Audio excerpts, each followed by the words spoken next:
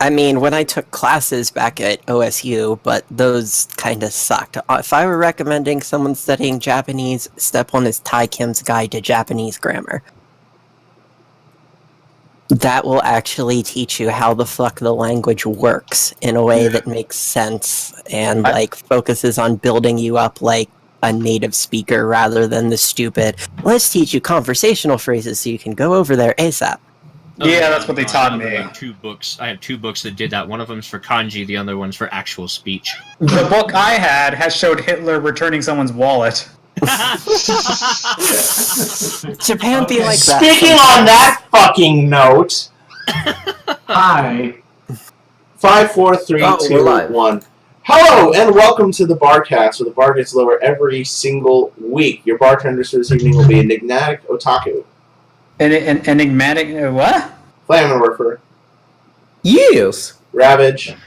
No hablo español. And we got Tony filling in since we're down to 2 people. Quiero morir. My name is Flutter Priest. Please kill me. And we have a very special guest this week. We are continuing BronyCon month. This week we have the wonderful Dex joining us. Hi. Now, as you guys know, we are a community-oriented podcast. Well, let's do a quick rundown for those who may be tuning in for the very first time. You guys end up requesting the guests. We politely ask them to come on. Then you guys ask them the questions, and we make them miserable for 2 hours. That's how this shit's going to go. We also take 100% of all proceeds of everything we do with our podcast and donate them 100% to charity, but more on that later. We're streaming live on Twitch right now, but if you happen to miss the entirety of the cast, you can be more than welcome to catch it on places like iTunes, Google Play Music, SoundCloud, that whole mess of places. Of course, it'll also be uploaded on YouTube. We have a lovely bunch of people that are watching the Twitch chat, but we are not going to accept questions along the lines of politics, religion, or personally identifiable information, because we care about our guests, and we just don't care about you that much. JK. We also have a drinking word. If you hear the words anime and or sunbutt, you be sure to take that drink, because it's gonna be good. Write your wills now, responsibly. people. Anime is the word you drink on if you want to die. It's true. So write your wills. Guys, looks like the stream went back to Fiora stuff. What? What are you talking about? It titled under Fiora and whatnot, probably. Oh, no, there we go. Never mind, mine was being weird. I'm sorry. Okay. Give me a heart attack, man. It was ours, and then it went back there for a second, and the chat was like, what the fuck was going on? So. Yeah, I'm still seeing it on Fiora's on my end. Let's see if F5 fixes that. Yeah, just refresh. Well, what's weird is I checked and it was us. Yeah, it never switched it back. Let me do this. Remember, folks, podcasting is easy. It says no channels being hosted. I don't want to do It says this. that good boy Travis McElroy. I can tell that Twitch is going to be very cooperative for us today. Technical difficulties is our game, people. Hey, so long as you don't have to reinstall Windows like I did over the last 2 days. Well, you may not have had to do that. You may have just had a bad program. No, I couldn't get the driver, and it wouldn't let me boot in. It wouldn't even let me boot into safe mode, man. Jesus. What is wrong with your computer? That sounds like a that bad... fucking driver. It was a driver, and it was specifically for my graphics card, I think. If you couldn't boot And it into... fucked it up, so... Okay. Whatever. Yeah, I looked, I researched. None of that is important. We're here to actually interview a guest. I'm trying to fix things on the fly. But that said, let's interview Dex, because that's what we're here to do. So, Dex, let's start with some basic actual interview questions before you throw you to the wolves. Yay, wolves. First question. Just a real basic rundown. Who are you and what do you do in the fandom? My name's Dexanth.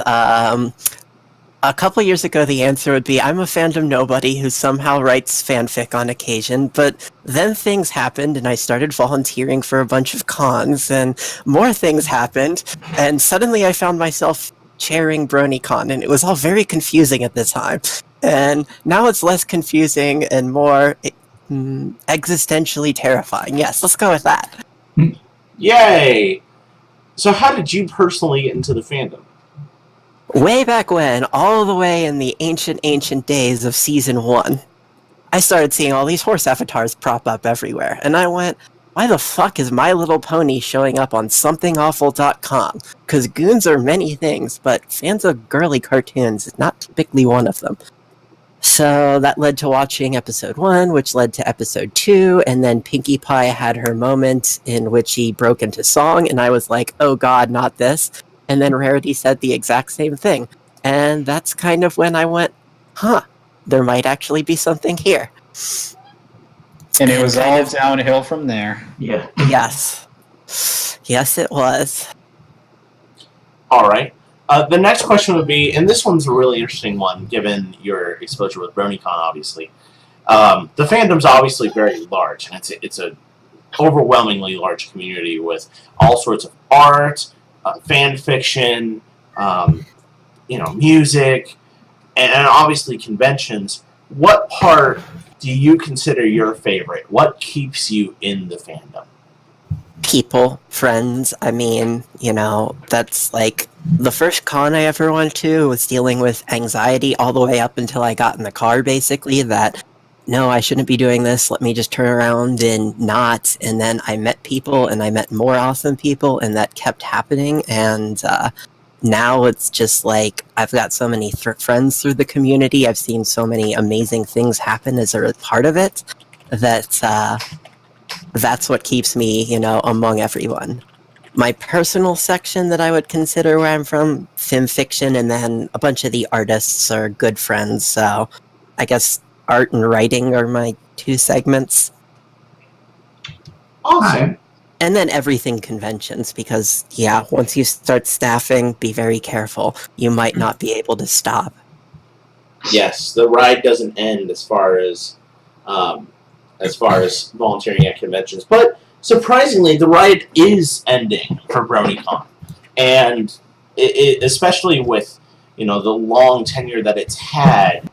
Is there anything that you personally would have to say to those who have gone to the convention for so many years and are ready to enjoy this final BronyCon? I mean, honestly, I'm just going to steal some words paraphrased out of the mouth of Josh Dean, which is, yeah, we can give you all, panels and events and a vendor hall and all those things that are cool, but what's valuable about BronyCon are the people who come to it and the stories they make together. We just provide a space, but I'm willing to bet that if almost everyone talks about what's their favorite memory of BronyCon, yeah, some of them will be, on stage or where you met a VIP or whatever, but a whole lot of them are just going to be about the friends you made and the fun times you had together. And that lasts regardless of whether, we exist as an event or not. Oh, yeah. Totally true. And then, last but not least, before we open up to viewer questions, who is best pony? Sunhorse. Oh, no! Do you mean Sunbutt? That's a trick question because she's more human than Pony nowadays. Do you think Sunbutt should have her own anime?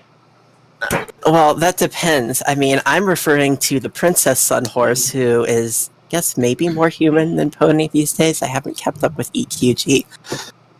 So how does this drinking thing work when the secret words get said? It's pretty much an honor system. Gotcha. Cool. We're not... sometimes we're like, hey, Pee-wee's Playhouse! And having a great time, but, a lot of times we're just trying to move through the questions, because you have so many questions today! Holy crud! I gave them a brief look and then decided to promptly forget them all because it would be more fun going in blind. Oh, well, I hope you like blindfolds, because it's about to get weird. We're going... I misheard you. They said, do you like blind foals? Like, as in children horses who are blind. Okay. I mean... It's true. Snowdrop is my OC. Snowdrop is pretty great. Yeah. Number one, we're going out to Stetton out in our film fiction thread. I suppose we're also taking questions from the chat. If anyone's going to ask that question, we can totally grab and ask that question. Number 1 from Seton. What is your favorite meal, snack, or food stuff that is really unhealthy, but just so good? I mean, pizza's the obvious go-to there, and then just like milk chocolate in general, Snickers bars, Reese cups, I could eat it all day long. But Reese. in the end, cake. Birthday cake, specifically. Oh my gosh. Goddamn. What kind You of... sure like, Snowdrop is your OC? Snowdrop is... what kind of cake? Either vanilla or yellow, homemade icing, none of Basically, I'll say the cake my mom makes on birthdays, because that will always be my favorite. that... Aw. You None want of that... cake? None of that 99-cent funfetti BS. Oh, My no, mom no, did no, it. no, no. This is definitely the homemade icing, and I can just devour those. Speaking Okay. of devouring, we have a question from the chat asking, how big is your dick? Or metaphorical dick? How best to answer that? We've had a lot of I'm more into like Toms and Harrys instead of dicks, but honestly, since I'm gay, I don't really have any boys around me, that are big and so on. So like, non-existent or small or whatever word you want to pick. I don't know. Alright, fair enough. Tom's or Harry's? Harry as in Harry or No, as in Tom, Hair? Dick, and Harry. Yes, it's a turn of phrase. It's a clever twist on the question in order to avoid answering it straight up. And subvert people's expectations and hopefully make them laugh. No, you Enigma. you very much Just- succeeded. Just ignore Enigma, please. Where's the fun in that? No, well, Oh. technically, Enigmas are punching bags, so you can totally make fun of them. We're totally okay with that. Number 2. What is the biggest or weirdest fear that you have? Biggest would be totally fear of heights in the right circumstances, because, falling to your death, not fun. Weirdest? The ocean. Specifically, the deep ocean. Specifically, there's big shit down there. Why the fuck are people going where they're not meant to be? Don't wake the deep monsters. Are you telling me you don't think the goblin shark is cute? I'm telling you that squids are cephalopods, and cephalopods are fucking smart, and they're just waiting until the day they rise and devour us all. So stop antagonizing them. Cthulhu Fatalu. Cthulhu, yeah. So Or- you're saying that AI is not as much of a threat as squids. So, Yes. what this makes me wonder what your opinion is on tentacle porn. Alright, this turns into story time. I used to live in Please. Japan in high school, and the host family that I stayed with would take great delight in taking these little tiny octopuses and consuming them whole in front of my horrified visage. I like this family. When I go back to Japan and I mention that tentacles creep me out, pretty much everyone will try and order something tentacly at a restaurant to devour in the most, overtly horrifying manner they can come up with. Because Japanese people love squicking out Americans when they find out that they can. Is this Room 101? No, this is out of my Japanese animes. No, Jesus. No, I'm completely serious about that one too. That's not a joke. I've had it happen again and again. It's hilarious, so I lean into it. I believe it. That's so great. Number 3. I wasn't pausing for dramatic effect, I just had it on. Why is bag milk the best milk? It's not. Moving on. Yes. Alright. You are a true American.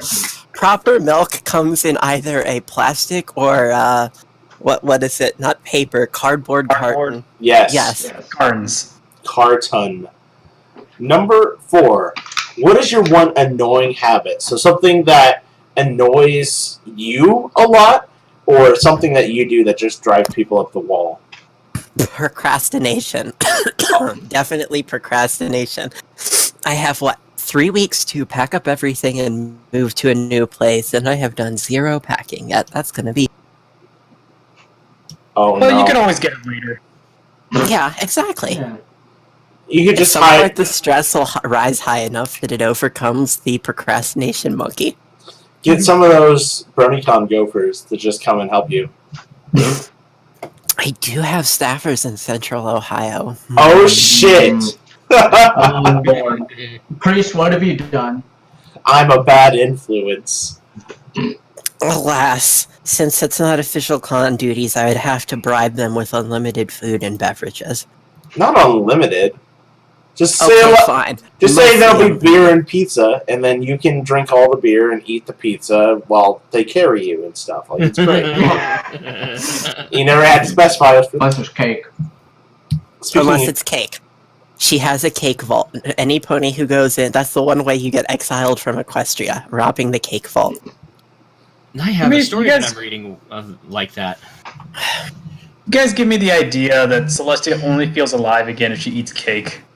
Now, Celestia feels alive when she gets kidnapped by villains. That's why it happens so often. That sounds more like it's her kink. I'm pretty sure she's into it at this point. Look, remember, Alive? Celestia I don't said, see a difference. Celestia said herself, there's no wrong way to fantasize, okay? Speaking of cake, the next question is, what is the theme song for your sex life? The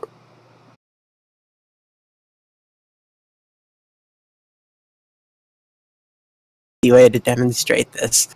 Where is the chat? Damn it, I'm not logged into Picardo. Well, while I'm signing in, Love Live, basically there's a lot of music-focused ones that are real-life anime hybrids, so they actually perform on stage as well, and those are like catnip to me because good music.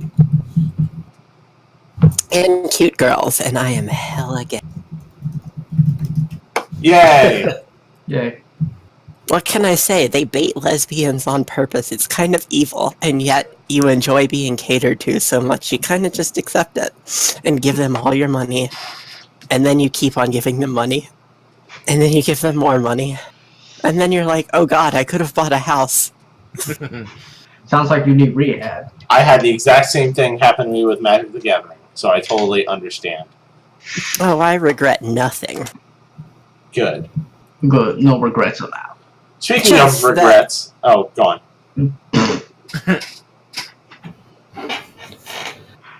I'm sorry, I didn't mean to interrupt. Please. Oh, no, go ahead.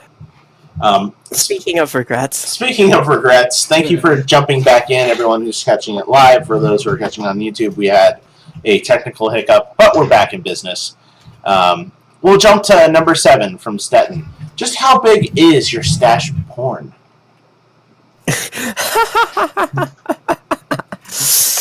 I don't know, what makes things a stash exactly? Well, it's not hair that's grown on your face, that's for sure. Nope, got rid of all of that. So maybe a pile of magazines, or maybe, that special secret folder that no one's allowed to know about. In purely physical terms, it's submicroscopic. Oh. And in data terms, I don't know. But we'll go with submicroscopic in physical terms. Okay. Or microscopic, somewhere in there. I don't exactly know. Hard drives, etc. That's not to say I have multiple hard drives of porn. I do not have multiple hard drives of porn. Sure. That's what they That's all to say I don't actually know how much physical space on the hard drive would be involved for whatever illicit materials I may or may not be in possession of. Fair enough. Hey, I may run for president someday. It's important to think 30 years from now, someone would totally turn this interview up if they could. I think that's totally fair. And that's where we'll leave that, and we'll move on forward. Terry the Human has more questions for you, my friend. What is your favorite MLP episode? I think I'm still going to give the soft spot to Friendship is Magic Parts 1 and 2, because that's where the whole ride began for me, and there's just sort of that element of, it all began here. Huh. Fair enough. Otherwise, other top ones that I will always love, Season 1 just has so many. You've got Dragon Shy, you have Sonic Rain Boom, you have Cutie Mark Chronicles, which was definitely the most anticipated episode I've ever had. But yeah, in the end, when I think like where my soft spot is, it pretty much always comes back to episodes 1 and 2. Cool. Makes sense. The next question that we have is a deep one. What is your favorite memory as a brony? Gods, I can't pick one. And I've got plenty of stories. Don't think I can share that one, though. Oh, if it involves naked bodies, we definitely want that story. It doesn't involve naked bodies. It's more like, you know, when you've worked a bunch of cons, you've had the opportunity to sometimes meet people behind the scenes, and there's a little line between, you know, what you're able to talk about, because people are people, and there's, you know, stuff that they wouldn't necessarily want out there. So, like, I can think of things that are contenders for favorite memories, but there's just so many to pick from that it's, like, impossible. I don't think I can pick one, because that's like saying, who's your favorite friend? Fair enough. Fair enough. But speaking of favorite friends, number 3. Jesus. Who is worse, Zephyr Breeze or Spoiled Rich? Spoiled Rich by far. Zephyr Breeze is like an annoying kid who needs to grow the fuck up and stop being so self-absorbed, but he doesn't intentionally fuck people over. Spoiled Rich, on the other hand, enjoys spreading misery, and that is probably the one thing that upsets me more than anything else, is people who are being assholes just to be assholes. Oh no, why did you come on this podcast? Yeah. There's different calibers of asshole. We're good assholes? Exactly. Awesome! Is that You're assholes with at We're least one classful. redeeming quality. We Look. try to regularly bleach. Look, we're controlled. Exactly. There you go. We only beat up on Enigma. No anal seepage here. Diddly. Number 4. What are barrier? we got some questions for you regarding shipping. What is your favorite male-female, male-male, and female-female ships? Alright, let's see here. First off, I'm gay as all hell, so that kind of ruins both male-male and male-female. But male-female will take Cadence Shining Armor because, hey, you know, it's canon and it's an easy cop-out answer. Male-male... Brayburn X somebody, probably Big Mac, just because that's the obvious one there, and I'm making myself pick something. Fair enough. Cousins. Brayburn and a penis, pretty much. Yeah. Brayburn in a penis? Is this There's one artist out there who's a super friendly, wonderful person, and who has totally just kind of cornered the market on male-male shipping. Brayburn? Yeah, Brayburn. Brayburn. Took the hypothetical word right out of my mouth. Female.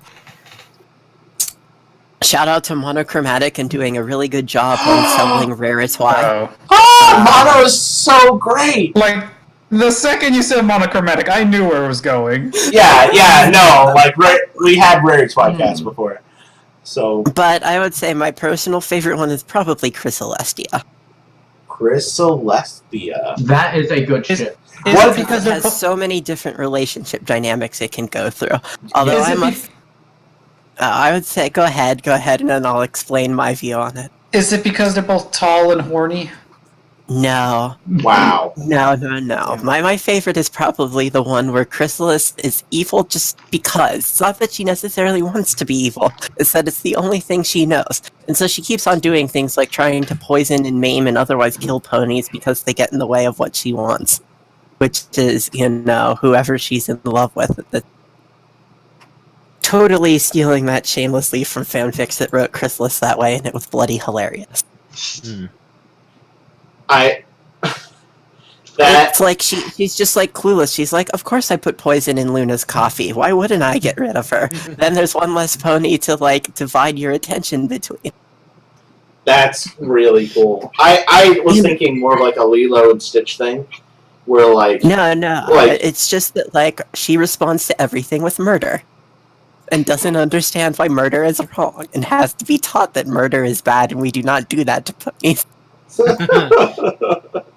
Oh, send this link. I want to read this story now. Yeah, please. put It's that one's actually Twilestia and Chris, or not Twilestia, sorry, Twistless. Twistless. Can we just But- call but- it Twizzler? Sure, it's Twizzler. And Chrysalis tries to kill Celestia in that a whole bunch of times to get her out of the way of Twilight. Oh, It's great. next question But we I got. think Oh, that's- please go ahead. It's something like the trials and tribulation. No, wait, that's a Sunbut. That's a Twilestia story. Yeah. Changeling courtship rituals. That's the one I think I'm thinking of, maybe. Oh, I remember that one. That I think I remember that one. Yeah. More like I remember it being featured for like 3 fucking weeks straight. It must have been good. You sound jealous, Flame. No, man, I'm just fucking nasally as hell right now because I'm getting over being sick. Good for you. Number 5. Yes. How much of a Mary Sue is Flurry Heart? She's the princess of explosions. She's not a Mary Sue at all. It's just that she manifested her aspect upon birth and promptly started blowing shit. I think that's really fair. I think Fiora the Tank Girl just like twitched somewhere. Yeah, She calls herself the Princess of Explosions, but I tell you what, I agree with you. Well, look, Flurry has a clear, dedicated track record that mostly she's good at eating, sleeping, making cute noises, and making things explode. I think that's all she's ever done in the show. yeah, but have you seen the baby? Stop. Exactly. Stop. Babus are evil. But have you seen the town bike? Number 6. Number 6. Is Flurry Heart a demon from hell? I mean, while I've read that fanfic, and it was actually pretty fucking funny, I'm gonna have to go with probably not. Okay. Number 7. Which is the better story? Fallout Equestria or Project Horizons? Oh, Jesus Christ. Neither. Boom! Get out. Get out. Here's gonna be my controversial opinion of the night. I do not like anything Fallout Equestria related because I feel like it misses the point of both Fallout and Friendship is Magic.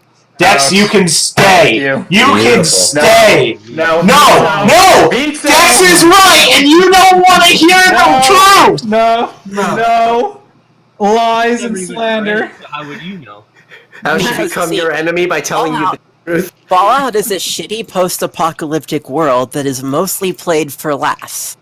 And Friendship is Magic is a world of sunshine and rainbows in which friendship is literally the most powerful thing in existence. Fallout Equestria doesn't really have either of those present.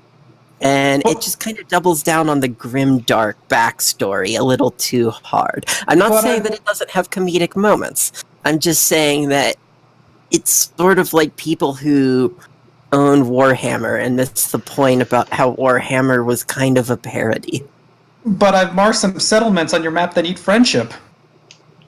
Eating friendship is kind of the opposite of the purpose of friendship. He said needing friendship, but it sounded like Like eating. eating. Yeah, it Yeah. sounded like you said That's eating so friendship. Like, boring. I mean, they go to a couple of cannibal villages, so there's that.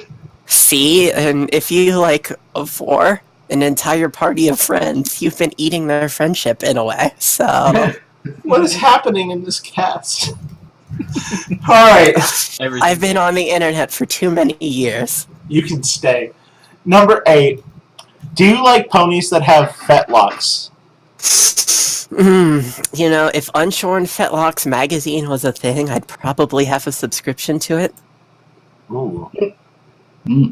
What can I say? When they So- pose with them, cute little, shaggy Fetlock classical unicorn style, heck yes, that's my jam.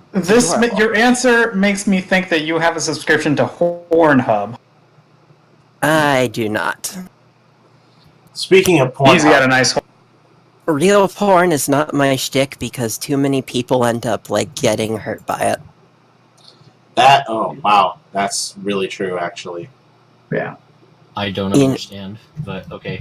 It's basically there's a lot of porn out there that's people were in it because they needed the money, that kind of thing. And it's like, I prefer porn that was created by people who wanted to make porn because they were horny as fuck.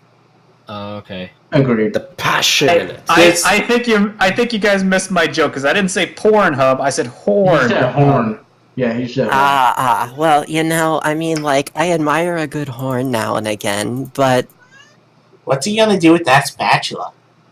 horns aren't soft to the touch like adorable kitties and feathers and, you know, pony names. Mm-hmm. That was the word I was... Yes, you're a good kitty, Amelia. You're fluffy and soft. Number 9. Would you date Princess Luna if you were a pony? If I were a pony, would I date Luna?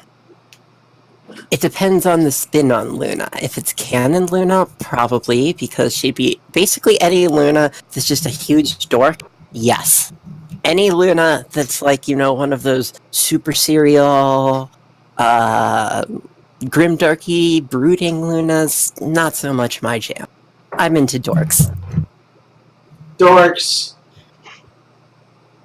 Now then, we have questions from Coffee Minion, who starts off We're gonna with... skip. What?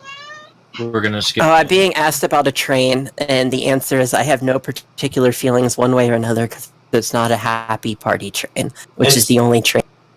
It's also a 2-minute long video, and we're not going to spend 2 yeah, minutes doing that. It's not the happy party train, so. Okay.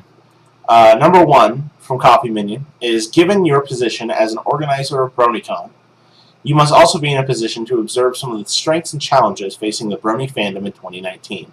What are some noteworthy strengths and challenges of the Brony fandom in its current state? Alright, this is an interesting one which I will actually answer seriously.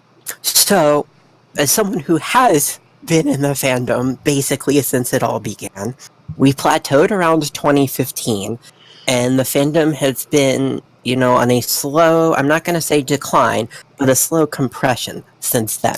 So the biggest challenge of the fandom, I would say, is transitioning from a fandom that is having active new content created for it to basically like the Star Trek fandom in the 1970s. And figuring out how to maintain, you know, the friendships and the people and what we care about and organize around, while also accepting that, you know, G4, officially at least, has had the curtain dropped, you know, and that any further content is going to be created by fans. But at the same time, that sort of brings its interesting own brave new world, because it's the moment at which Hasbro says, you know, hey, we're done, and the people to carry the torch from that point onward are the fans themselves. And then from a convention perspective, the biggest challenge is the fact that cons take a lot of money, and budgeting is hard, and if you screw it up once, your con dies. So, con organizers will say this again and again and again. The sooner you pre-reg, the better, because it lets us know how much money we're going to have to work with, and keeps us from going bankrupt. Right. So what... Fun, serious answer.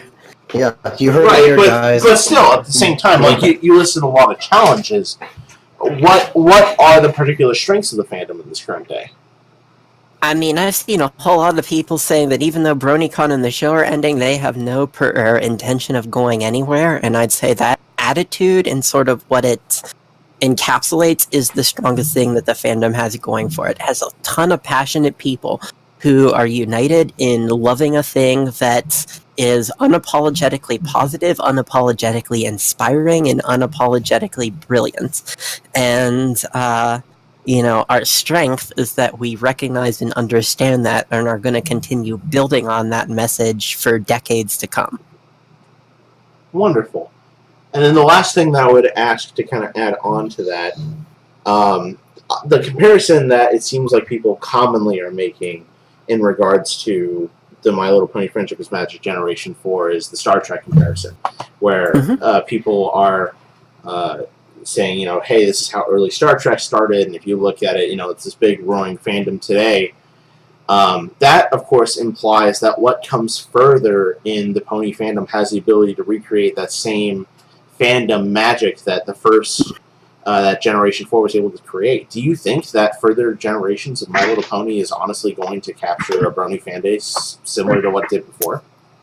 It depends on whether Hasbro is smart enough to allow creator-driven stories or not. What made G4 lightning in a bottle was that Hasbro at the time kind of went, hey, Lauren Faust, take this thing and do whatever the hell you want with it.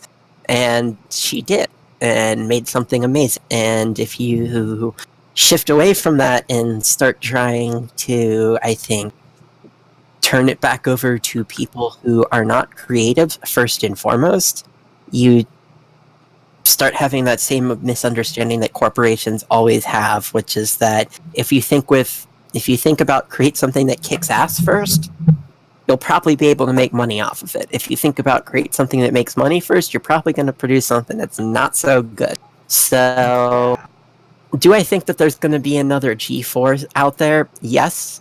In 15 to 20 years at the latest, when someone who's super inspired by today is old enough to convince Hasbro that they should be allowed to make G7 or G8. And it's possible sooner than that, but again, it's all on the company and who they choose to allow to sort of, shepherd pony stories.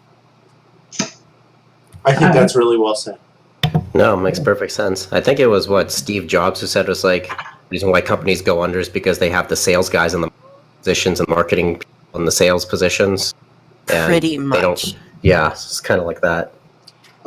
Tony, you were going to say something?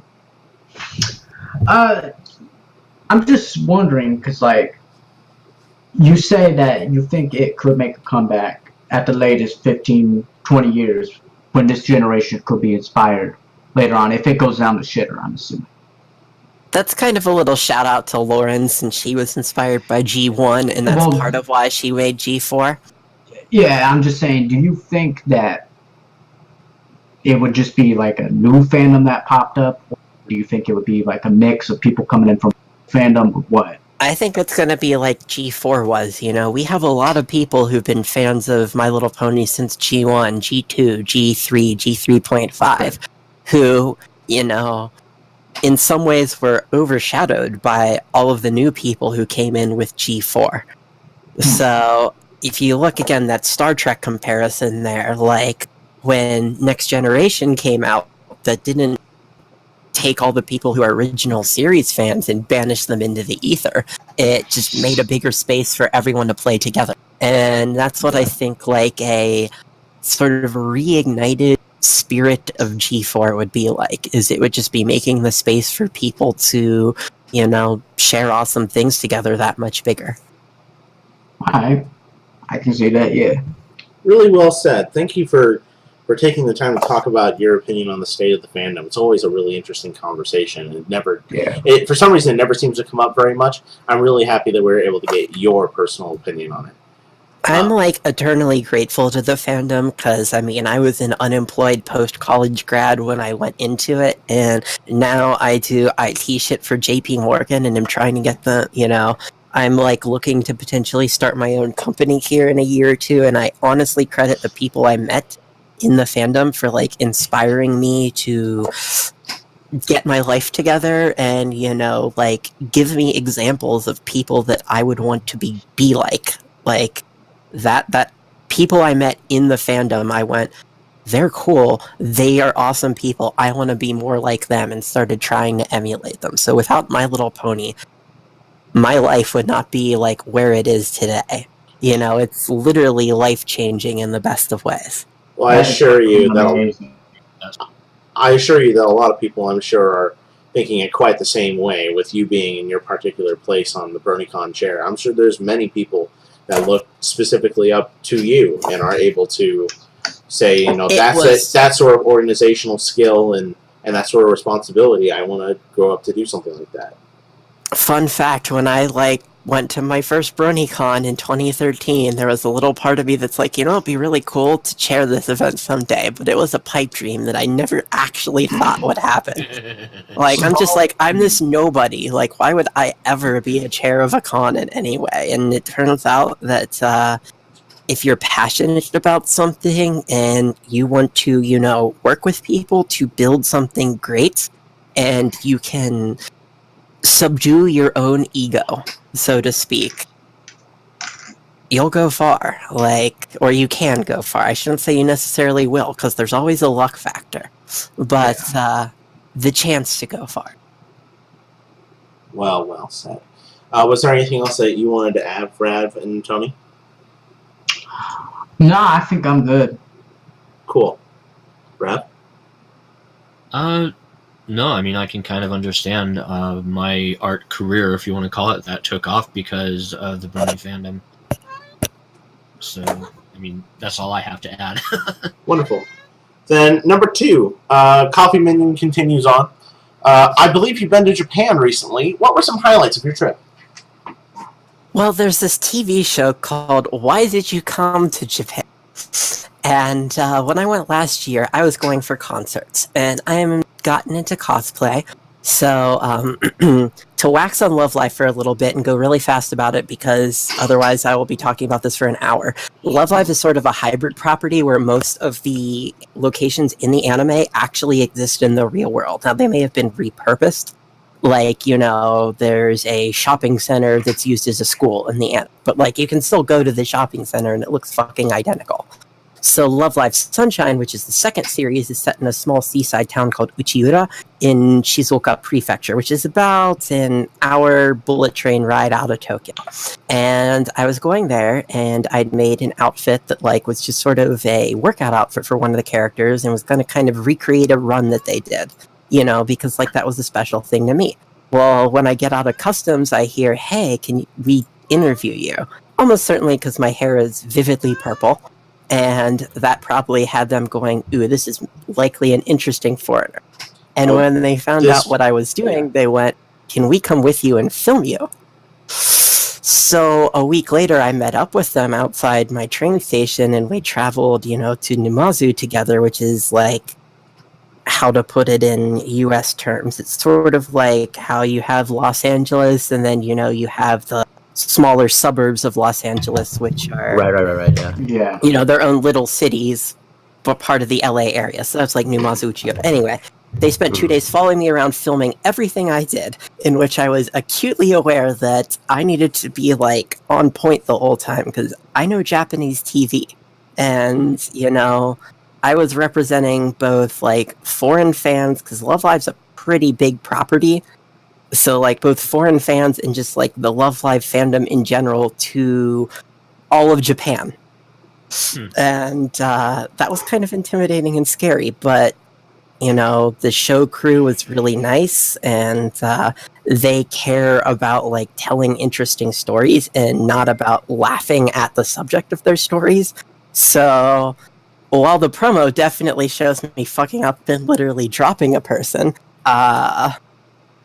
it was that's an actually funny moment. I literally was trying to pick somebody up and dropped them. They cut the context where I'd done it twice before while we were rehearsing and was tired.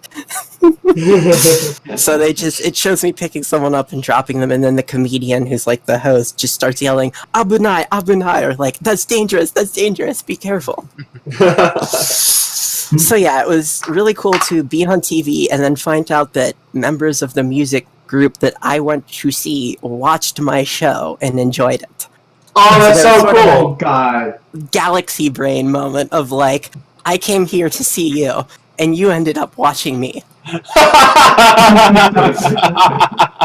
And not just this was an accident. This was literally one of them tweeting about, "Hey, this thing's coming on. I'm excited to watch it." That was super cool. So yeah, that's my highlight for Japan. The negative highlight is the second trip, in which I met someone and literally had anime betrayals 101, because she's it was a romance that was doomed to fail from the beginning because she had a boyfriend and didn't mention it. And I unlocked many achievements that night, cry on the subway. But it makes for a good story, in the comedy tragedy sense of the word. Big F, everyone. Yeah. And now next, we're going to Behind the Counter. We have a picture that goes along with this next question. How much Phoenix dust does it take to screw in a light bulb? Alright, this is time to to properly, how to say, get in the spirit of Phoenix stuff. Because I know exactly where this is going. Still one of my... It's exactly what it is. Person rose up forever. Alright, to throw in some context here, Coffee Minion knows my FimFiction account, which is not Dexanth, it's a different name. And I used to take part in the write-offs all the time, which are story competitions that are either at least traditionally 24 hours for flash fic, like 500 to 800 words, or 72 hours for short stories, which are, I think, 2,000 to 8,000 words. Yeah. And after a couple of years, we started improving, and there was the idea of, hey, people draw pictures, and then you write stories based on, like, inspired by those pictures. So, this image was produced, and this caused me to write a story called Phoenix Dust, in which alicorns are alicorns, which means that I sort of stole something out of X-Men here. You know, alicorn healing factor. They can't get like drunk or intoxicated the normal way because their system, their bodies just process it too fast. So Celestia's super fucking stressed, but there is one thing that can get alicorns blazed as fuck, and that's Phoenixes after they've immolated themselves. So Phoenix Dust is a story in which a stressed out Celestia bribes Philomena to set herself on fire and then smokes the hell out of her ashes if Luna finds her and joins in. And then it's just a pair of alicorns getting high as balls with a bonus chapter, which is what they're talking about. This is amazing, and we need your FimFic account. Fine, I Phoenix Dust I am inordinately proud of, so I will out my FimFic account because... We're gonna add this to the Barcast. Everyone go upvote this story. We're gonna get this back in popular. This is amazing. I'm gonna post a blog with this story. Am I genuinely not logged into FimFiction under any account right now? Oh! Are you short skirts and explode? No, I'm joking. No, that was not the right Firefox window, is why. Stories. Myself, Phoenix Dust. I'm just going to throw this link in chat here. Wait, we're not on. There you go. Yes, someone beat me to it. That's our intern for you. Royal Ramblings is one of my favorites because at one point I basically tried to incorporate every single stupid FimFiction meme into a single scene. Like, the Peaches meme and the bathrooms are flooded with things meme and so is in your bed and so on. Ah, yes. Totally understandable. Amazing. Well, while we're hyping and distributing... Oh yeah, this I never stuff- answered the actual question. The answer is, why the fuck would you ever screw in a light bulb using Phoenix Dust? That's a waste of, good drugs. Can't waste that shit, man. Exactly. If someone ever comes to you in school and offers you Phoenix Dust, you say yes, because Phoenix Dust is expensive. Oh, no way! Hey, don't drive me out of business, Jesus. I didn't realize you were a Morning Sun. That's so cool. I really like that. I keep the two a little separate just because it makes it easier. That's totally fair. And also, when I made Sunny, I wasn't necessarily sure what standards I wanted to hold myself to. So that's fair. I've just read and I've read and voted on your write-off stuff before, and it's good. It's good. You're a good writer. I have 3 stories I think are good and 3 stories that are inordinately stupid. Gnosis is my one, a good story, I want to say, but hey, only if you like dark fic. I've written, over 150 now, and I think they're all trash, so... In fact, you got 3, I'm proud of you. We're going to Sunbro for live now. That many? Oh Me? shit, I failed. I've written more than that. If you actually look me up on Write-Off, I have a whole lot there that I've never just edited. How dare you? Swapping Celestia and Luna's cutie marks. I wrote a story in which that was the solution to prevent them from dying years before Starlight Glimmer stole the idea. And when that episode aired, I was just like, fuck, well, there's no point in publishing this now. You totally could, though, and be like, I got this idea first.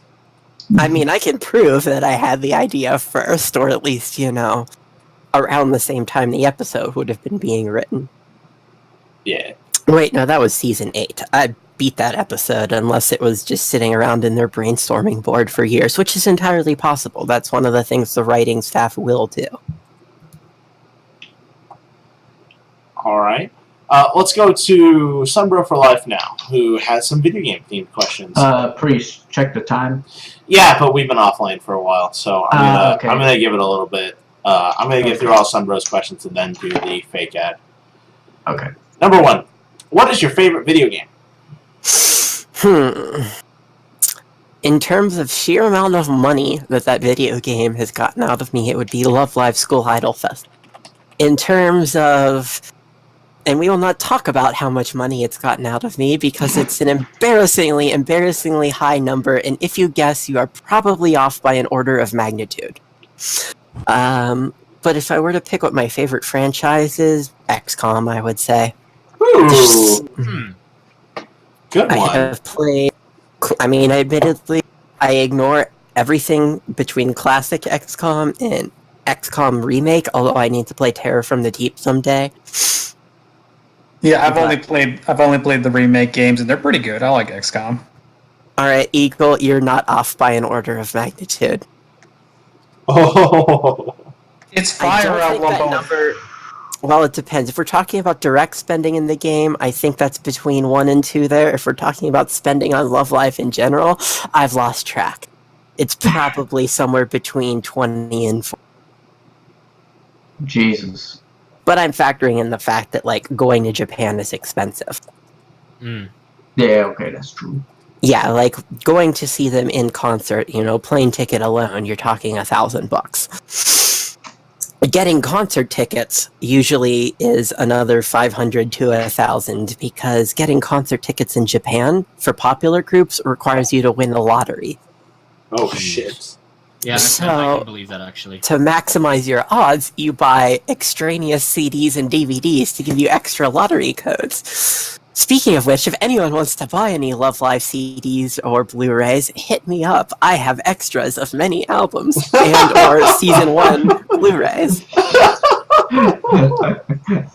All I right. mean, I can kind of understand the expense, because back when I was a weeb like Otaku is, the band that I wanted to go see most was the Gazette. And I looked up the conversion price for the tickets, and holy shit! The good thing is the tickets themselves are only, around $100, but if you're entering a Blu-ray Chusen, for example, that's $80 per Blu-ray. So, or I guess no, it's 30 to 80 depending on the Blu-ray. So that's, per entry. That can add up very fast. And then if you lose and you illegally scalp, you expect to pay between $250 and $300 for tickets. So, yeah, it adds up. But XCOM. Good old XCOM. Well, not old as much. Next question that we got in the wings. What is your favorite boss fight? It's almost certainly a Souls boss fight of some kind. Or no, you know what? It would probably be one of the Kingdom Hearts 2 boss fights, because, I really loved the fact that they just had this tight design where you could kill everything at level 1 if you were skilled enough and patient enough. And favorite one would probably be Sephiroth in that, because it didn't... I mean, it mattered how much gear you had, but at the same time it didn't, because he had things that could kill you no matter what. So you had to be good to win that fight. Yeah, I remember. I did the grind for both games, and I will say Sephiroth in the first game was much harder. Easily. But it was... Yeah, that one you had to grind for. There was no freaking way you're doing that at level 1. The hardest part of the Kingdom Hearts one was, Get up on the monster's back! I was thinking of Sin Harvest, that fucking move. But yeah, where if you didn't hit him, it drops you have no MP, it drops your health down to 1. Yeah, and so I guess it makes sense. Arcanum. It's the same as why I love the Souls fights, because extra power helps, but all of them can be beaten by punching them if you're skilled enough and patient enough. Mm-hmm. Yeah. Then we'll move to number 3.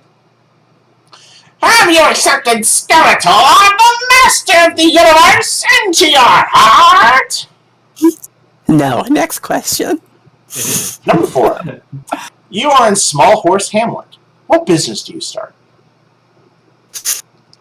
Alright, well, if it's Small Horse Hamlet, we have to assume that this is basically pre-royal system. So, I think my goal is to stay alive, because pre-royal sisters time is usually depicted as pretty dangerous. So I'd probably be an apothecary of some kind, because regardless of tribe, since this is in Equestria, and presumably I'm a horse, I should be able to make potions, and then, aim to become some sort of, awesome witch from there. Ideally, time travel shenanigans get involved. Ideally, I don't know, it turns out that the ancient past of Equestria is Generation 1. Ideally, Fausticorn actually canonically exists, but in a way that's bloody hilarious. And ideally, Earth and Equestria exist in the same universe. This is becoming a really obscure fanfic shout-out. Oh god, is it the Conversion Bureau? No, actually that's true. Alright, I take it back. I'm in Small Horse Hamlet. Where do I start discovering how rune magic works? Fair enough. Because that's what did she end up calling herself? I don't remember, because ponies couldn't pronounce human words. And so it got corrupted. Huh. I would become a witch. That's the answer. Yay! Hey, Number 5. Do you even praise, bro? I've been praised because people are like, oh, you're cosplaying Celestia, praise the sun, so does that count? Yes! yeah, Praise the sun horse. The sun butt. The sun bud. but Now then, we're about halfway through the cast. So, Anime. oh shit! Hey, Flam! Yes? What if I told you that we have a Patreon? Darling, say it ain't so! Why, yes, we do. If you go out to www.thebarcast.net, you can find our Patreon, where we accept all sorts of monies that we send to Red Wings Horse Sanctuary out in California. We're supporting a horse that you all voted for by the name of Little Bit, and we send them monies. They sent me, recently, a piece of postage in the mail. That is way too long for me to read. But the good news is, they're not telling us to stop sending money, so we're going to keep doing it. So if you go out to Patreon right now, guess what we have out there, Flam?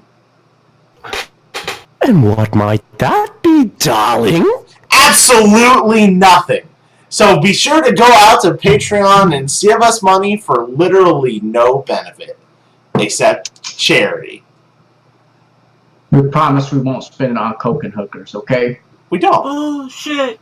For us, that is. Well, for us, that is that.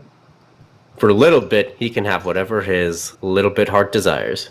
Yes. Now I'm then, gonna turn him into Diamond Tiara. back to a little bit of questions. We Hold have. on. I actually also have an ad that I would like to give, if that's okay. Oh yeah, by all means, go for it. By all means. Alright. So, have you ever been just, laying in bed and, really wishing you could get your munch on, but also listen to, a cool, story spoken by some famous Hollywood actor? Well, I'm here to tell you about Blue Apron Casper Mattresses by Audible.com. That's Oh my right, God. We're selling a gourmet Oh my mattress that will be delivered fresh to your home every week. You can sleep on it, then cook it up and eat it. And even better, each mattress comes embedded with a new spoken audiobook for your ear holes. That's right.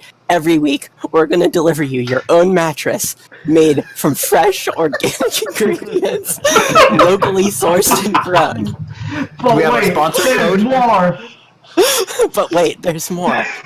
You'll be getting a new ebook included with your mattress, we will send you an audio cassette because, you know, audio cassettes are a thing. They might not have been a thing since before you were born, because some of you are under the age of like 27.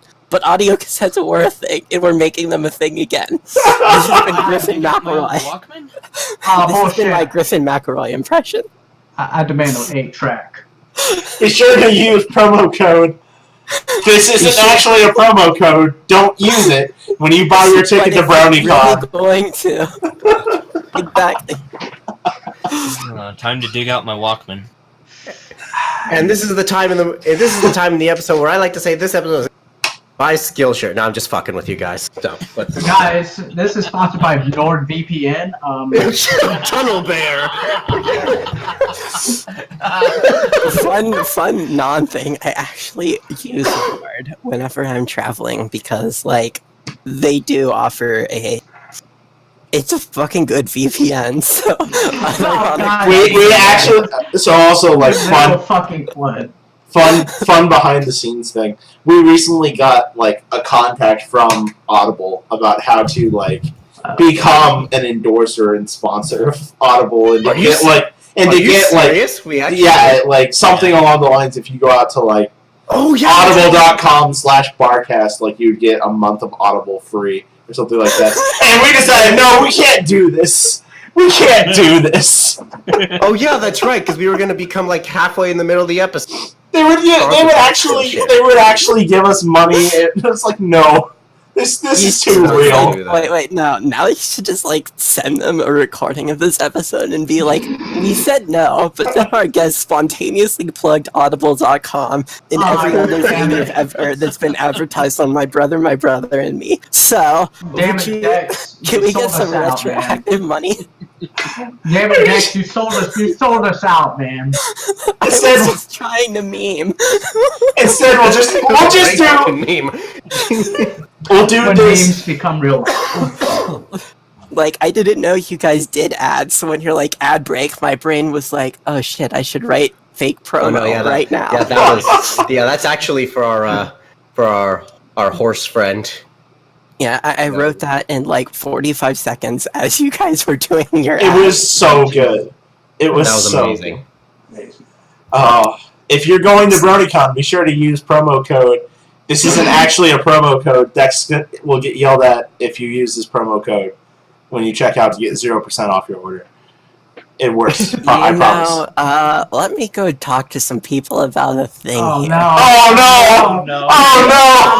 Because I'm doing this on the fly, but... What have you done, man? We're moving on. This got too real. This is why BronyCon's getting canceled. All right, we've got. And in further news, Barcast will not be guest at BronyCon. This is how we don't become community guests. We have a "How does this make you feel?" picture for you from the other guy. We just posted it for you in Behind the Counter Dex. What the fuck? Alright, Discord, Behind the Counter. How does this make you feel? Oh, this. So, like, why is that pony rolled up into a blunt? Actually, I think that's a hot dog because what's underneath that, I think, is ketchup and mustard. No, I think it's a toilet roll. It looks like a toilet roll. I thought it was a flashlight. Oh, it could be a flashlight. Oh, Jesus. I'm just going with a blunt, honestly. Like, that just looked like a horse doobie. It could be a grilled hot dog. It does have the lines at the top. I think it's their attempt to make Phoenix dust in real life. Fun fact, I've actually seen an Applejack bong before. It was a G1 Applejack bong, and it cost like $800. No way! Oh, Jesus. Uncle Ike's in Seattle. In fact, if you are at Everfree Northwest and hunt me down while I'm walking around VIP handling, I will probably be able to tell you exactly where that Uncle Ike's is. I think it's in or around Fremont, but don't quote me on it. We're near that region. Okay. Alright, now we're going to questions from Muggany, who starts by asking, will you be my friend?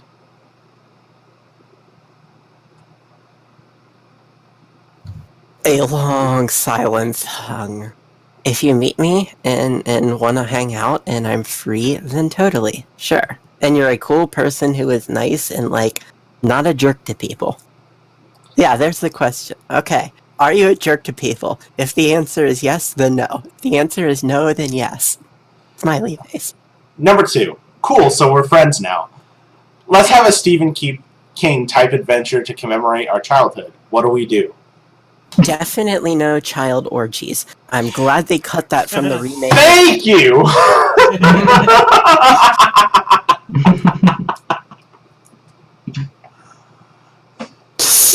Stephen King type adventure. That could be many, many things, but, You just, like, drop the blood. Have a great time. well, see, the thing is, like, I'm avoiding those Stephen King adventures where everyone dies, thankfully, so I'm just debating if I want to go in more of a Dark Tower direction, because a lot of people die there, too. I mean, you could go a Dark Tower direction, but it's all about pony fiction. You just go into other pony fictions. So, like, Sweetie Chronicles, basically? Exactly. Yeah. You know what? I'm down for that. Yes. We totally go on a multi-universe horse fanfic hopping spree, either experiencing and or unmaking them, depending upon the nature of their universes, because there are absolutely fanfics out there which should be unmade. Number 3. Including one I have written. Oh. Ooh. I will not tell what that is, though. Number 3. Everyone... Whoa, are you sure? Isn't that, like, dangerous? I'm scouting. Yeah. Yeah, it is. You're probably gonna die. Sorry. But, you know, you asked. YOLO. I say this because I know I have protagonist syndrome, so... Like, I literally have blue and purple anime hair, so I'm safe. Enough said. Alex underscore is up next, our resident favorite intern for questions. He starts out by saying, isn't there a Pokemon called Dexanth? No. Wrecked. Get wrecked, Alex. I know the origin of Dexanth, and it is definitely not a Pokemon, although, and in fact, predates Pokemon. Ooh. I wasn't using it as a handle yet, but... I don't know if I want to give out the origin of this. It's, This is some hot and steamy knowledge. No, it's not hot and steamy knowledge. I'm just not sure if I want to plug Piers Anthony anymore. Oh, fair. You know, as a kid, I loved his novels, but as an adult, I look back on some of that stuff, and it's like, oh, wow, that's kind of creepy, actually. But I still have a super soft spot for it. I kind of relate to that. When I first started writing, I was really enamored by a book called Pen Pal by Dathan Albach. And now that when I read through it, I see a lot of the issues and things that I don't like and would totally have done differently if I had the experience I have now. And honestly, like, from everything, you know, I would put it more as Piers Anthony is a kinky fucking dude, and he put that into his books, and sometimes some of the stuff that he wrote about was not so good, but at the same time, I've never heard of any scandal involving him, and I'm aware that, like, in terms of authors and fans, he's one of the best ones out there for, like, interacting with his fans over the decades, and doing, like, he literally has a book out there, you know, about letters he wrote to someone with, I think it was a terminal illness, I'm pretty sure she died, but, yeah, you know, just... At the same time, though, some of those books go into weird territory, but I kind of want to be like, but he seems like a pretty good guy, and I've never heard anything that suggested that he crossed any lines that ultimately shouldn't be crossed, so to speak. I don't know. I don't want to malign someone unfairly, even though I look at it and I'm like, them books be weird. Yeah. But the origin of Dexanth is it's a portmanteau of Demon Xanth, because that's sort of one of the core characters of that whole series. Cool. Number 1. Have you ever just, like, looked at your hands and realized how, like, weird they are?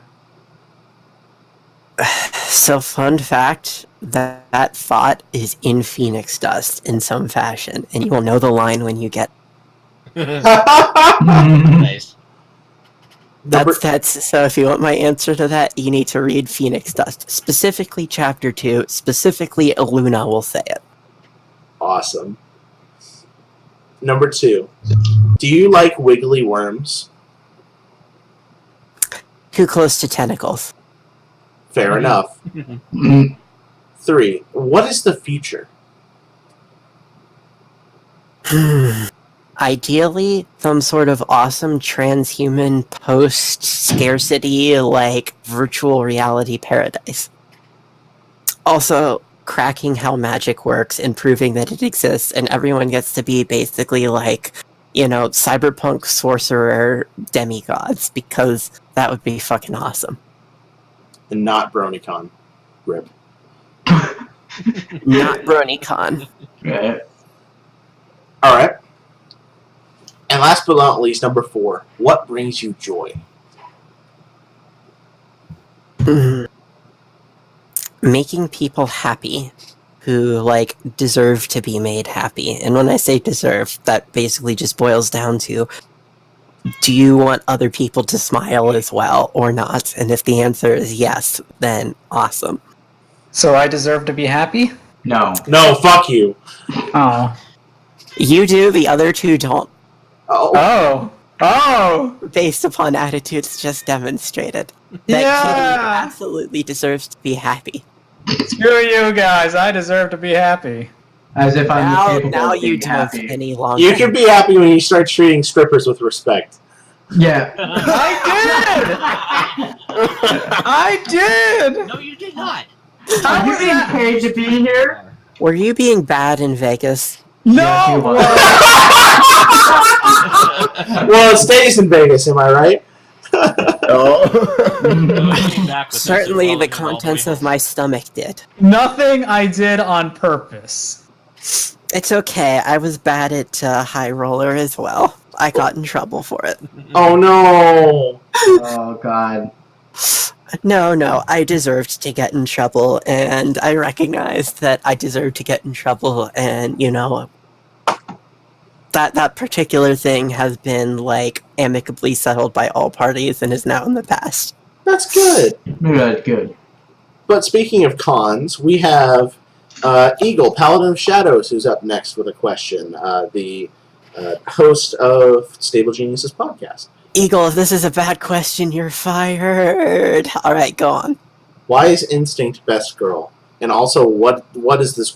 He mentioned it last week and didn't explain it. What is going on with this question? First off, Instinct is not best girl. Nico belongs in the garbage can and always will. Elliot, Nozomi, and Kanan are best girl. And that is totally just an idle question in general, but a Love Live question in particular when Instinct enters the picture. The context for it is that Instinct is another of the staffers who's really into Love Live, but has not ideal tastes in best girls. And so he gets to be deservedly given shit for it. Because of course, just like with shipping, best girls are serious business. Yeah, I totally understand. Cadence is best girl, and No. if everyone else has different opinions on the matter, that's fine for them. Well, I but mean, they're if you wrong. like Mary Sue's, I mean... Look, if you like sticking your dick in a trash can, that's up to you, No, man. sorry. Cadence is perfect and wonderful in every way, and So she is a Mary Sue. joy to exist. Dex can stay. Look, Skywriter is right about everything. X, you are our most controversial guest. You hate and love things that some of us don't. And do. Dex is about to start a civil war here. I will totally say that when I heard of Cadence, I was not on board with her at first. I'm just like, what the fuck, no. Oh She god, was- this is a shameless cash grab. And it She was was a shameless cash grab. Oh, 100%. she definitely is. She was created to be married. Yes. Literally. That's We actually need true. to move on for that because I will talk about things that I can't talk about, so... Oh no! I don't know. Oh no! Okay, we'll go to Arcade Striker JK5. He's up next. What is your favorite non-MLP franchise? Love Live. Yeah, I mean, it's Love Live. Have you done any fan-related content for a non-MLP franchise? Well, I mean... I literally talked about the TV show I made in Japan. That's all about that became a 15-minute advertisement for Love Life. And I am inordinately proud of the fact that I know that means the Love Life production committee sanctioned my activity because they licensed, footage and music for use in it. So, like they were like, yes, we approve of this. We approve of you turning you into a 15-minute ad for our property. This podcast is brought to you by Crunchyroll. Crunchyroll's great, but I mean, subscribe to Verve. You just get Crunchyroll bundled in with it, and you also get High Dive as well. Oh my god. And a bunch of fun Western stuff. Like, they have a bunch of old Nicktoons on there. Really? What? Yeah, Bravest Warriors. Like, VRV it's like Netflix for cartoons. Oh, cool. Ladies and gentlemen, welcome to Adcast. Like, this is different. This is not the ad thing, just genuinely, if you like cartoons, you should look at Verve and see if they have stuff that you enjoy. And if they do, subscribe to them. And if they don't, then don't worry about it, Like, it's more of I think they're cool, and if you like cartoons, you might like them. Whatever. Are we getting paid for any of this? No, that's the worst part. I'm going to take a sip of my refreshing... Alright, you know what's ironic to me? Is I've just realized I've plugged, 6 different corporations on the show, and not once have I actually been like, and you should buy a badge to Brony. We were going to give you time at the end for that. Hey, you already showed enough. You don't need... Yeah. I mean, it's only your own con. I'll take a drink of my refreshing PepsiCo brand Mountain Dew Baja Blast and move to the next question. Number 3. This is how Sunbutt runs Equestria. Yeah. Haphazardly. That's why she's getting invaded all the time these days, because she doesn't give a shit anymore. That is perfectly accurate. That's pretty much how we do this podcast. As if this podcast is ever... No, it was never... Okay, number 3. Have you ever danced with the devil in the pale moonlight? No, because if I was going to encounter the devil, I'd go down to Georgia, but I'm not good enough at fiddling to keep my soul safe. Oh, you can stay. Oh my god. Why would the devil want the bottom part of your shoe? Parisius is up next, and he says, I like Spike. Cool, he's best little brother.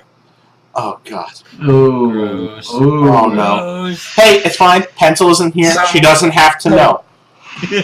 But, I mean, I would also say, boys are an abomination, and the world would be better if it were only women, if you want me to just, counter that.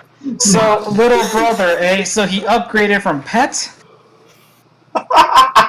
Yes. Oh, geez. Well, he upgraded from pet to service animal to little brother. Yay. Service animal. Be real careful there. Number 1 of Lone Trooper. What is your most heartwarming moment at a convention that you can share? Heartwarming. Let's see. I've been to at least 2 different con weddings, and that's kind of heartwarming to know it's happening. But I can't think of any specific... Oh, no, I will think of 2 things. One, oh, shit, I know. It's when Leakfish, I think, spent a year or ages creating the art book that just, had pages done by both, tons of prominent fandom artists and tons of comic artists and, show staff, including one by Lauren herself, that she donated to a charity auction, and that full papers and what is it? Hey, Abby and Co., if you ever hear this, then I apologize if I forgot what you and Steve were at the time, but fiance, husband, bestie guy, spent an inordinate amount of money to beat it or to win it from actually my ex. And once they won, they promptly gifted it back to her. So it was just like a stupidly high amount of money donation that they made in order to give her back her own stupidly amazing thing that she spent ages, having created and didn't want to give away, but knew she had to. And then her baby came home. And that was incredibly heartwarming to witness. Like that level of generosity and just caring all around. That's wonderful. That's nice. Number 2, what advice would you like to give to people who would like to become staff at a convention, and this doesn't include just MLP? Go to cons, first off, just because, you can totally staff the first con you ever go to, but at the same time, and that's okay if you want to, but I would encourage going to a con as an attendee first, just to have an idea of what they are and whether you like that atmosphere. Since if you go as an attendee and you find out it's not for you, you can go home, no harm done. But if you go as staff and it's not for you, then everyone else, has to adjust to that. And we can, but it's not, pretty much everyone's probably going to feel less happy about it. So I would say go to a con, make sure you enjoy cons, and then after that, just look at cons, follow them on social media to pay attention to when they say they're hiring staff, and look at roles that you'd be interested in. Common entry points are going to be registration and security in particular, because, they usually need a lot of people, and it's a role that, often you can be trained, on site for. But if you have, special skills, if you've got experience, if you've just got the passion, apply. And, as long as you're genuine and not out to hurt anyone, the worst you're going to get is a rejection, saying, hey, we don't think you're a good fit. And hopefully they're not assholes about it. But I will warn you, not every, cons are pretty good about it these days, but sometimes people aren't the kindest. And I say that because I know there's a lot of people in this fandom, who are more sensitive and, better to be primed just in case. Yeah. Yeah. So that was a lot of words. Sunbutt. So, anime. Anime. Exactly. Number 3. What are your predictions on the upcoming Generation 5 for My Little Pony, and how do you believe the main 6 will change as characters? I read the leaks, no comment, moving on. Okay. On the grounds of, I know what the designs at that time were, therefore I don't think I can really comment on this without spoiling people who don't want to be spoiled. Fair enough. Number 4. What is the hardest part about being a chair for BronyCon, and what is the most rewarding? The hardest part is going to be at con, fulfilling my role as chair of comforting people who are devastated that BronyCon is ending. I know that is going to happen, and it's emotionally exhausting, but needs to be done. It's one of those, I will do it gladly, but I also know it's going to hurt. At the same time, it's also kind of the most rewarding because people feel that strongly about it, that they have that much love and that much passion for our event, that they're going to be that devastated about us going away. And to be able to be there and, share that with them, and if they are asking for it, be able to make that a little easier for them to process and for them to take is, genuinely something to feel honored and awed about. Who am I to be in that role as a chair, and yet I know I will be, and I hope I can prove worthy of it. Sorry, that's a serious answer there. But that's totally fair, and it's really wonderful to hear.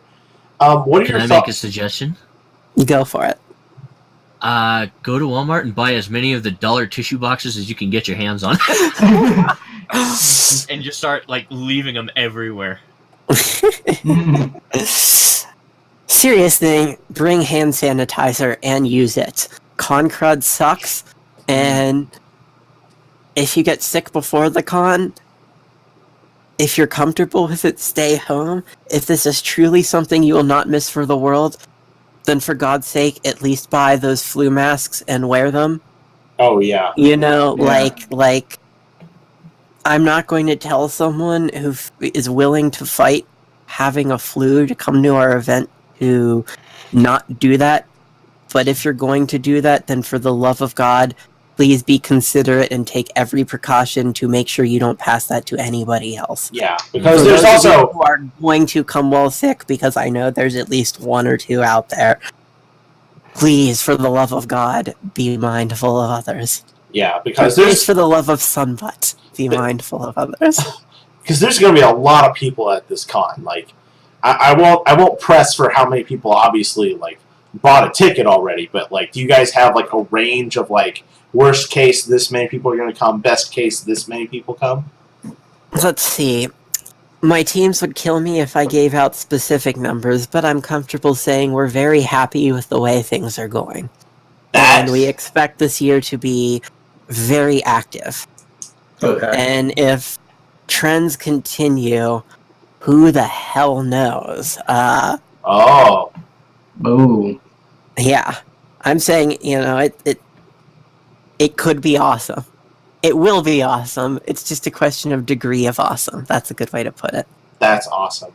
Just knowing that some of the years of BronyCons had hit 5 digits, just like, oh my god.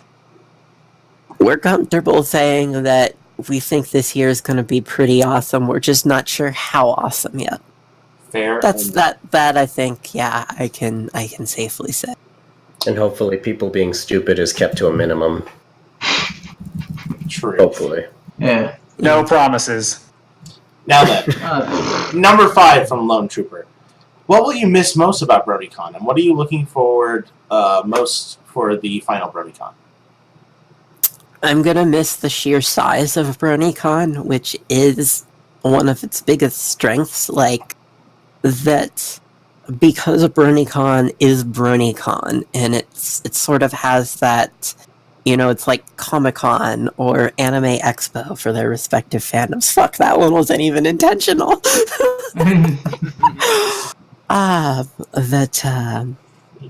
BronyCon, like, that's where you're going to get to see the most of the friends that you've made online all over the world. Yeah. So, you know, I think that those who still want to continue doing horse cons, and who are willing to travel for it, I feel like Everfree is going to prove itself the natural successor to that. BabsCon, I love you guys, but being that much closer to Vancouver gives Seattle kind of an advantage there. Fair enough. So I think, you know, Everfree is sort of liable to, hopefully, if they want to and enough people are willing, pick up that mantle and maybe run with it. And this is me speaking entirely personally here. No, you know, not in official capacity as staff of either convention. Just that my personal view is Everfree is best poised to sort of carry that mantle if they want to and if people want them to. Right. But I'm going to miss that how many people come to BronyCon and therefore how many people I get to see there. Or that's that one time a year you get to do so. Fair enough. Number 6, where would you like to see yourself in the next 3 to 5 years, both personally and professionally?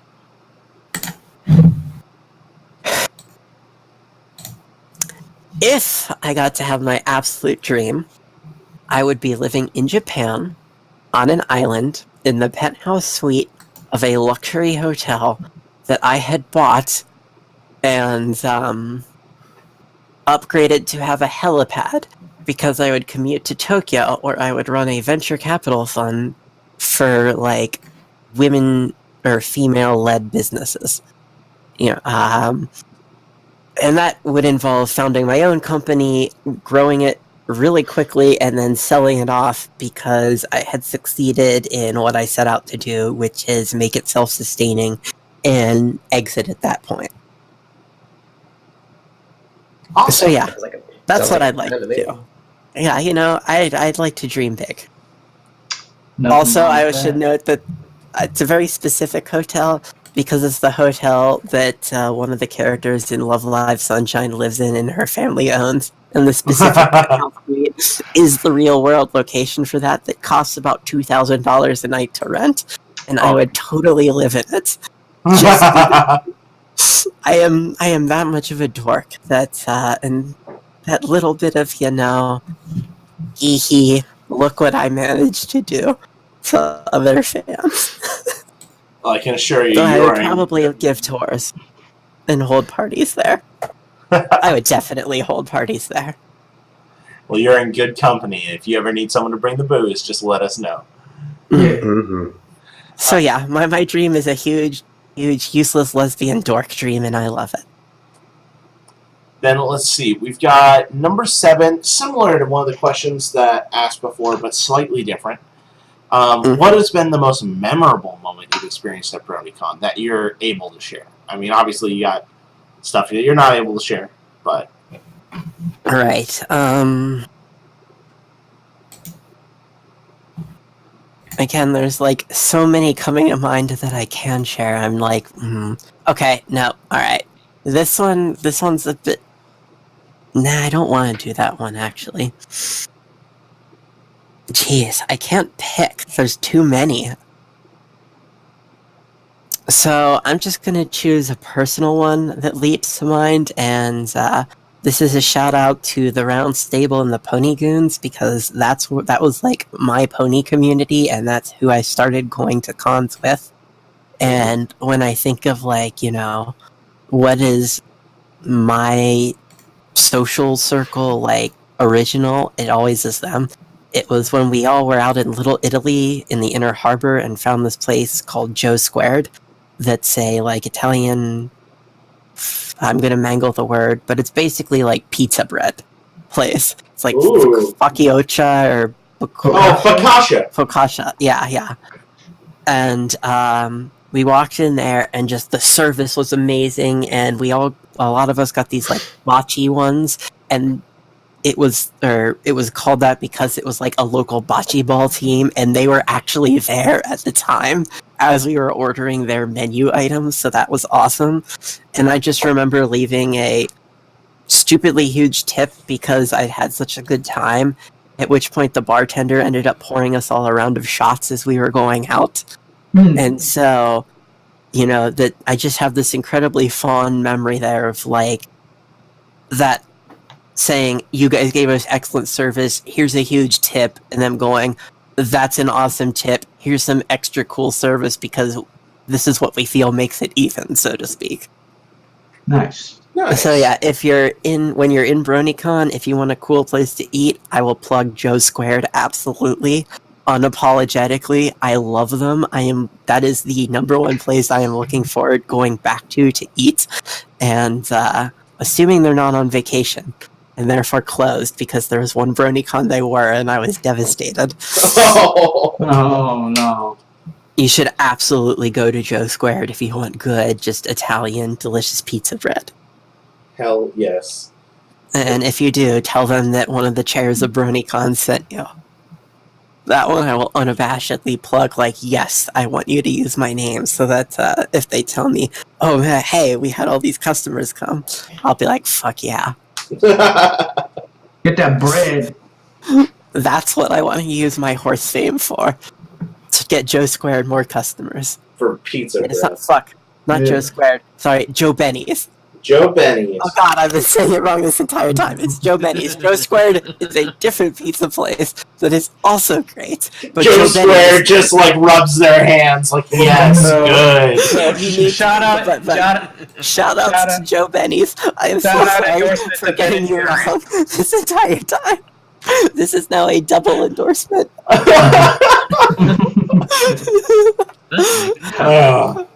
This next one. I'm a capitalist hellscape, and I can't stop plugging businesses. As cast continues, it's Bros.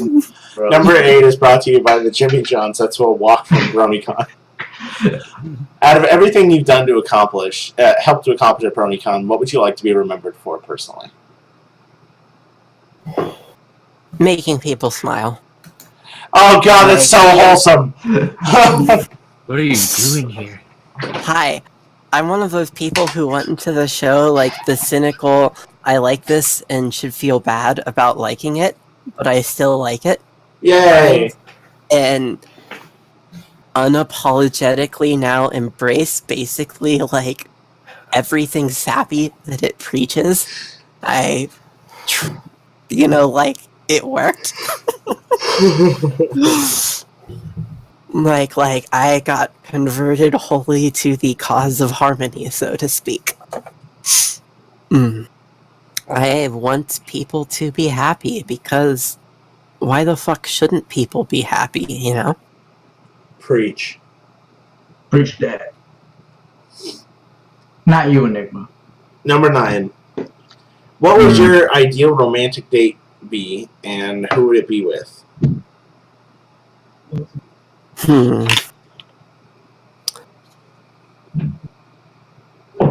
Alright, let's see. I'm gonna play this one straight up. I would be at some kind of bar or something, you know, just because I'd gone somewhere to just have a drink and relax a little. And then some cute girl drops in and buys me a drink. And then I realize I recognize her, and she's some, you know, minor celebrity, whatever, that I am a fan of, who for whatever reason is totally into me. And yeah, it just hits off and works from there and turns into dream romance. Sappy, whatever. And as for who it would be, I don't know. You know, like, that's part of the fantasy, in fact, is that if I specifically, like, had someone in mind, that would diminish it. She even loves Love Life. Or was in it. Oh! Look, just give it time. We'll have anime waifus as a reality. Anime. Well, see, that's the thing about Love Live, is like the actresses, it's like a hybrid series, so the actresses are way more intensely associated with their characters than, like, you know, say one of the pony voice actresses would be with their character. Like, yes, Nicole is Celestia, and yes, Andrea is, you know, Fluttershy and Pinkie Pie, but, like, it's not the same way that, like, Anton is Chica, as it were. Right. They're far more like, that is who they are known for, and that is literally their job. Primarily is to be representing their character. And participating in that everything. Japan be weird, yo. No disagreement there. Now, we're going to go through and try to get through as many of these questions as possible. We do need to kind of start wrapping things Lightning up round. at some point. But I can't avoid this one because we have the wonderful Rob Cakerin 53 who wrote My Little Dashie here in listening on mute. So we're going to go to number 10. You are in Ponyville, and you have run into the famous Rainbow Dash. As you go to say hi, Dex, she turns around and screams, Rob Cakerin 53 wrote My Little Dashie! And all at once, thousands of voices start screaming, Rob Cakerin 53 wrote My Little Dashie! That story's so great, it changed my life! Proclaiming that it is the best fan fiction story. Your head starts to pound as you fall on your knees, your vision going dark. Will you give in to the voices and continue to proclaim along with them that My Little Dashie is the best story ever? Or do you defiantly hold your ground and scream out your own meme? Rob, you motherfucker, what the fuck? I know you are busting a gut right now. I literally am envisioning like rolling back. You're almost certainly in some like grungy 70s basement right now, because that's totally your aesthetic. In like a dad easy, leaning back and just going, like, laughing like a blue-collar TV star. You know, probably half drunk, because I know you. But to actually answer the question, neither. I wouldn't give in, but I wouldn't shout out a meme. I would just be like, oh, so that's your favorite story? That's cool. I guess Equestria is, like, really into this fanfic my friend wrote, and Look, please tell me that you've got more to yourselves than, because if it's in Equestria Gonna where change my everyone's life, that though. vapid, really, Rob? You would send, like, I thought we were. That's my. Okay. Now we're going for questions with Violon. You know what, Tony? You have the honors. Please sing the jingle. It's time for questions with Vylon. Vylon, who hurt you? Well, I guess we. My ears. What happened? I'm suddenly scared. And that's all the questions with Violon. Now we're moving to Okay. Jammer. Jammer starts by asking, has the cats been nice to you? Oh my god, they're wonderful people. I love them. Oh my I god. have so many stories about what teddy bears they are, so yes. Oh no. No. Our reputation is terrible people. No. No, I'm an asshole. You meant you guys. Sorry, I thought they meant the showcast. Oh no. Oh, thank God. Thank God. Dude, I gotta keep my reputation as the Kanye West of this fandom. Oh, You know, that was really these people are like nerds. That's cool. These I'm a nerd, people. Yeah, What do you mean, these people? I'm saying I'm hanging out with a bunch of dorks, and I'm cool with that. You're one with the dorks now. It's fine. Number one. What's all right? Go ahead. I called myself a huge dork earlier. Go on. We are What- legion. We are many. What's it like to be a con staff pep? Pep, like PEP. PEP. Yeah. I'm not sure I get the question. I don't get the question either. I think it's Peep.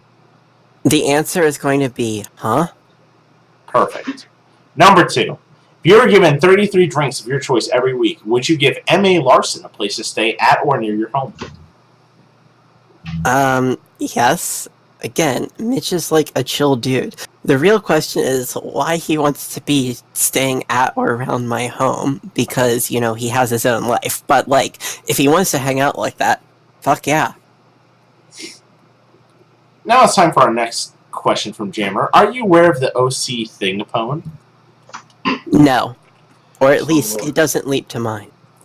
Are you aware of John Carpenter's The Thing? Oh, okay. I mean, I guess it looks like a necromorph. Would you hug Thingpone? Would you kiss them goodnight and tell them every little thing's going to be alright? Also, would you... No, I would probably hope that I had a plasma cutter. We got some pictures in behind the counter for you as reference. Yeah, I'm staring at them, and that's why I'm saying that clearly the only way to survive is to cut off their limbs. Yes.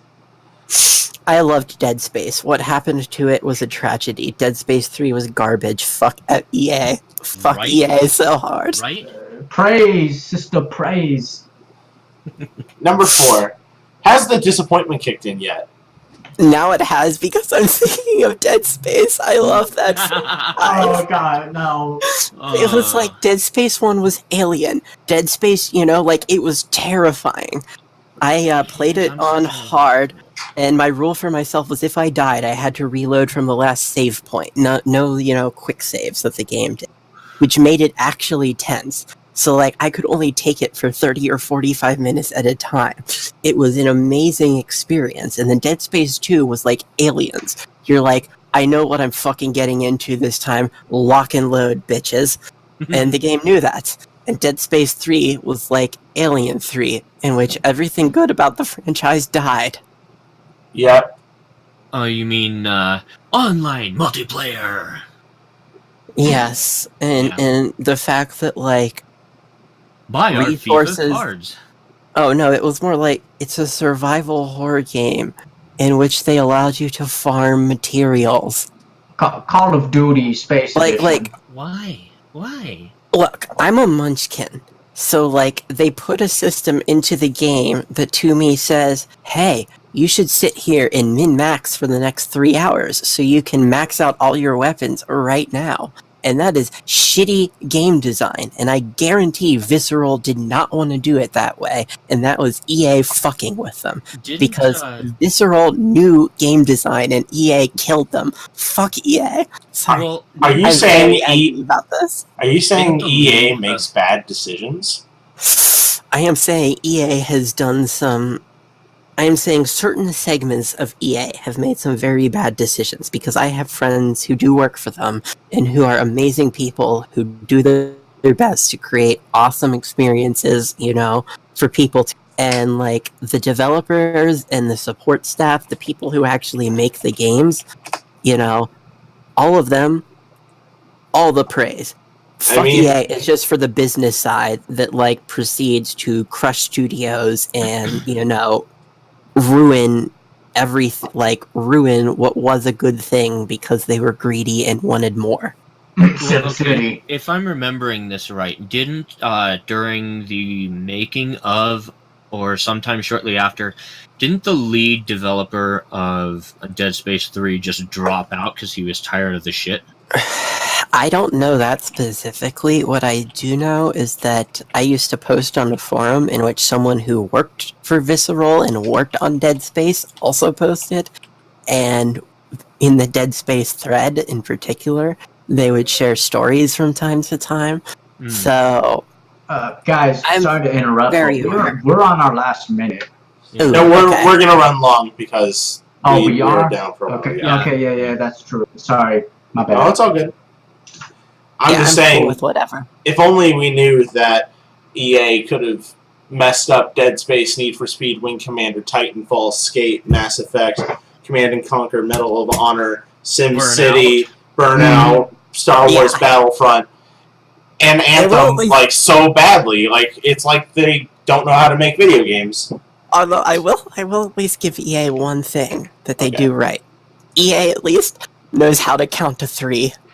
Got him. Yeah. Got Gabe Newell, you listen? Jesus Christ. Final Valve, question. I love you guys, but come on. Final Look, question man. from the thread before we begin to wrap up. The final question comes from Rob Cakerin53, who wrote My Little Dashie. I'm acutely aware. When can I get a printed copy of My Little Key Fence?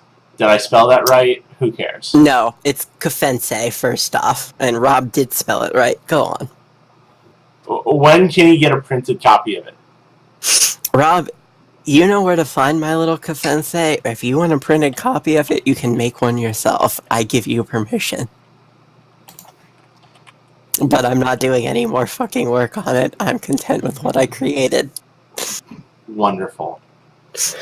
Then, For quick context, My Little Kafense was a Twilight Sparkle shitfic card, or rather, Kafense was their, like, special OC who was half zebra, half pony, half dragon, and had a broken horn and many other things, and shipfic had a My Little Kafense as part of, like, her backstory, so I actually proceeded to write that, and Were just they take their prompt. at least black and red? I think in parts she had green too. Kafense is very special and a wonderful, precious flower, and we all love her. No bullets. And in My Little Kafense, the Earth is destroyed when she leaves for Equestria because she'd united humanity, and without her, humanity promptly fell back into squabbling, and a nuclear war ensued. And you know, it just happened. Kafense was just that good. Earth was destroyed without her. Rob knows this. He's read it. wonderful. Well, then, obviously, we're just about at the end of our time. If there's any particular questions that people have about BronyCon or they want to ask you personally, is there a easy way for them to get in contact with you or a way to ask Con a question? Sure. So, for me personally, there's me on Discord. I'm in the BronyCon Discord server, so, or there's at Dexanth on Twitter. You can follow me, I guess. That said, if you have a question about BronyCon that is just like a, hey, such and such, like, when do badge sales end? Please email that in to info@bronycon.org. Because while I will answer, or do my best to answer, any BronyCon question directed my way, or at least I will direct you where you should send it, I am one person, and yeah, it can get exhausting sometimes if I'm getting poked a lot about general BronyCon questions that don't specifically need to talk to a chair. Totally fair. The last But but if not you have like, Go ahead. yo, hey, I have this super cool idea that I want to put on, and I submitted a panel, but there's a time limit here, kind of thing, that's con business related, that's different. Feel free to message me. Awesome. Then last but not least, we want to make sure that you have time to promote the convention, talk about BronyCon. This is your time, Dex. What do you want to say or promote about this year's BronyCon? That this is going to be, I think, the largest gathering of, our fandom family that there will be for some time to come. Hopefully not ever, because in the future I want us to, rise even greater than we've ever been, but I think for the foreseeable future, this is going to be, the biggest party, like the last biggest party there is to come. So please come be a part of it if you can. I think that if you're open to having fun and meeting new people and doing fun things together and just, making friends and filling that message of what the show is about spreading friendship and harmony and all those wonderful sappy things that we believe in because they genuinely do have power, please come to BronyCon. We welcome you and we want you to be here and be part of our family one last time. Let's make magic together, right? Totally. So yeah. Nice. Awesome. Well, Dex, Sunbutt. Sunbutt! Anime Sunbutt. Well, Dex, thank you so much for taking time out of your day to come visit with us. Of course. Thank you for having me on. This was a pleasure. Of course. If Milk was around, I would poke him to ask about who we have for next week, but he's not. So, that's awful. We'll just leave you guys in suspense. But Dun dun dun. It's a surprise. until next week, thank you all once again for joining us. Your bartenders for this evening have been Enigmatic Otaku. Look, did I get a text from Home Depot saying that my order is ready? Flam and Warfer. Well, your fucking order's ready. Ravage. Tell Rob how much My Little Dashie meant to you. Tony Monica. Oh my god. Just Monica, ladies and gentlemen. And of course, Just our Monica. wonderful guest, Dex. Zensoku Zenshin Yosoro. Chichi Yosimasai. My name is Butter Priest. What a sigh. We'll see you next weeb. On Dragon Ball Z.